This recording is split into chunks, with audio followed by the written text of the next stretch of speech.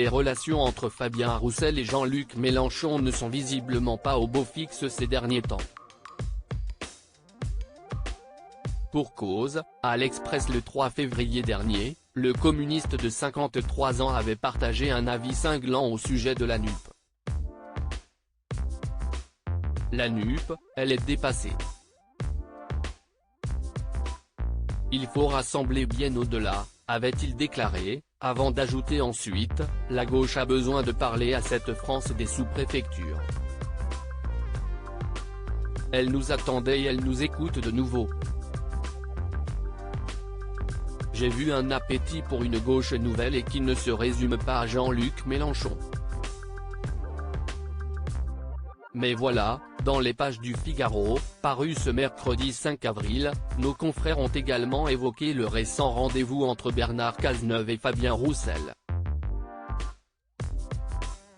Une rencontre controversée aux yeux du lieutenant de Jean-Michel, le député Paul Vannier, qui sur Twitter avait rapidement partagé quelques mots à ce sujet.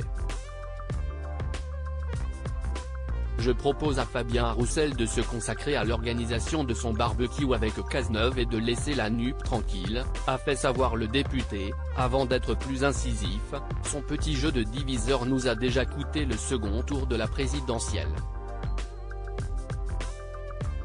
Une dernière confidence qui témoigne des rapports difficiles entre le leader des Insoumis et le patron du Parti communiste français.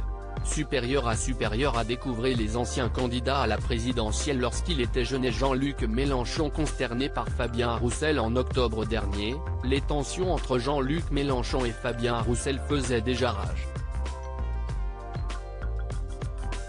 Pour cause, suite au rejet des dernières motions de censure de la France Insoumise et du Rassemblement, le père de Maryline Mélenchon avait partagé un avis cinglant sur le patron des communistes sur son blog.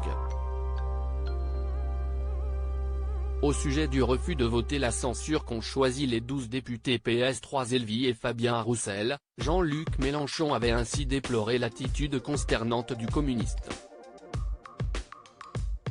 La censure signifie que l'on refuse le piétinement du droit du Parlement au débat et à l'amendement.